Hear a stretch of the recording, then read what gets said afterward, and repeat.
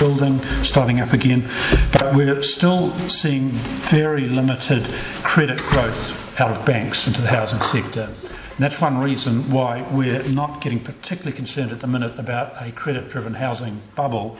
It just doesn't look like that at the moment. We are seeing households rebalancing and reducing debt and being quite cautious generally. But again, we've got to just caution that we're still learning about how households may have changed behaviour as a result of this recession, and we'll be watching that quite closely. On the government side, we continue to anticipate that the government will, as forecast in this budget, start to move its fiscal policy back towards neutral, and we think that's important because that will assist us in not having to do so much work out of monetary policy and pushing up interest rates higher than they otherwise might have to be. The broad picture we're getting overall is of GDP in recovery. We're expecting some growth in the third quarter and that continuing through next year, but it's still late next year before we see the ground made up that we lost during the global financial crisis. We expect to have a couple of low quarters of CPI, then CPI around 2% for a year or so, and then picking up a little bit in further years, out years, but still medium-term inflation on track. The market surveyed earlier this week expected to see interest rates pushing up in the second quarter next year. What we have said this time is that if the economy continues to recover as projected, then conditions could support a start to remove monetary stimulus around the middle of 2010.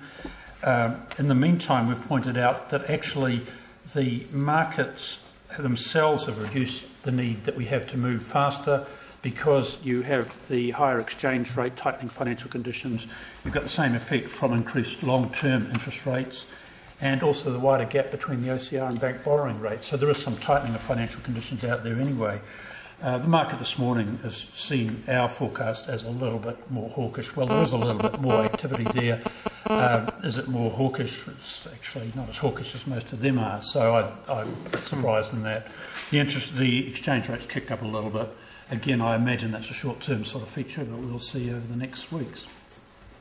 Thank you very much, Dr. Bollard. Can I just ask, on page 7 of your MPS, you've got a section there you're talking about linkages between monetary, fiscal and tax, and then you're basically going on to explain there that the existing tax system exacerbates the economic cycle, and then you go on, essentially you're saying that actually leads to higher interest rates in New Zealand, which, because of the disincentive of financial savings. Am I thinking that right? And can you expand on that a little bit, please? Yeah, I mean, first of all, I should say we do monetary policy, not tax, but obviously tax regime does impact monetary policy, and that's our focus. Secondly, there are quite properly a whole range of objectives in a country's tax policies. It's a very complex area, as you all know.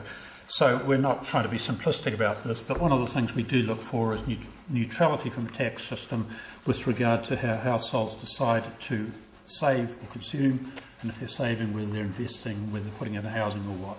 And we have had the view that it does present some incentive to investing in housing, and we think that has been partly responsible for the housing activity that we've seen in previous booms, and therefore the high interest rates.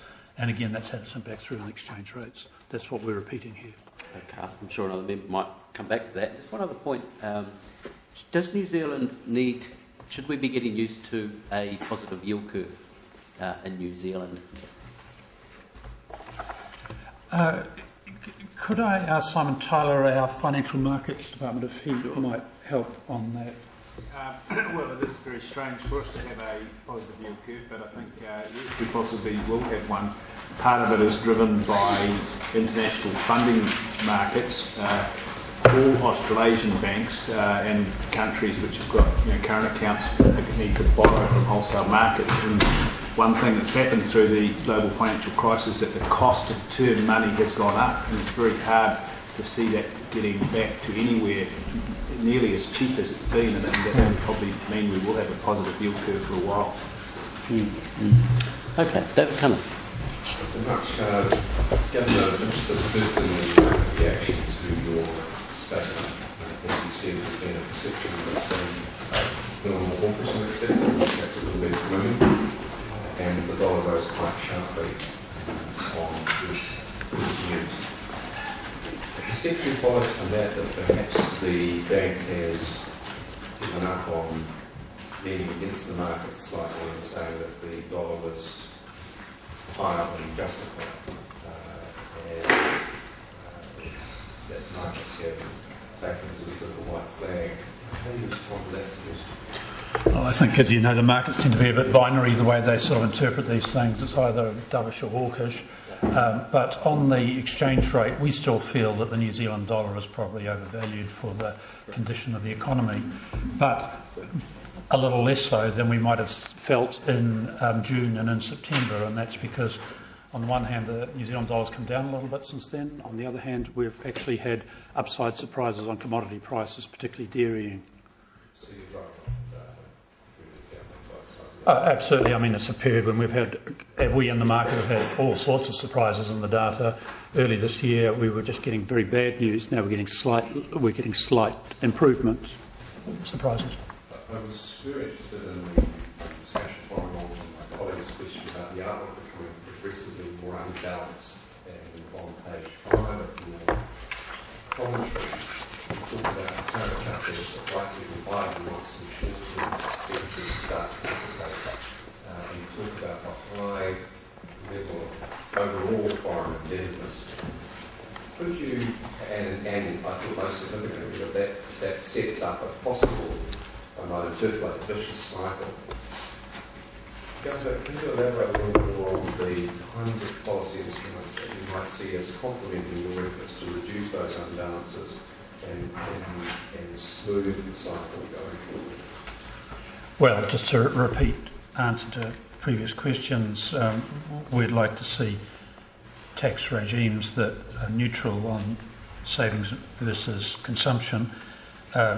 At the margin, we'd expect that to have some impact on households consuming less and saving more for the longer term. We think that's actually happening at the minute. We're a little unclear how much that's a short-term reaction response to the events of the last year and how much it's actually a change in behaviour. It could be both. We think that needs to continue. That's still quite important that households believe that they are being rational in terms of building up some savings. And even so, you could still see a situation whereby, from a New Zealand macroeconomic point of view, there are advantages in households saving a little bit more than they might rationally decide to individually. But that's ultimately, a lot of those things are linked back to savings. It's savings versus investment and balanced neutral investment environment. And as you know, we tend to talk household savings, but there's corporate savings and government savings, and they vary over time. Thank you. You warned again that the high level of the New Zealand dollar might jeopardise somewhat the required structural adjustment in the economy, reduction in the current account deficit. In the bank's view, what level of NZ dollar TWI would facilitate sufficient structural change to reduce the CAD to more sustainable? Well, we don't have a sort of a target exchange rate there. We are, of course, quite competitive against currencies like the Australian dollar. This has been a US dollar story. Actually, what's emerging at the minute is quite different conditions depending on whether you're in dairying in a few other areas or whether you're pushing against the tide in some other areas where you're stuck with the US dollar and quite low prices. So we don't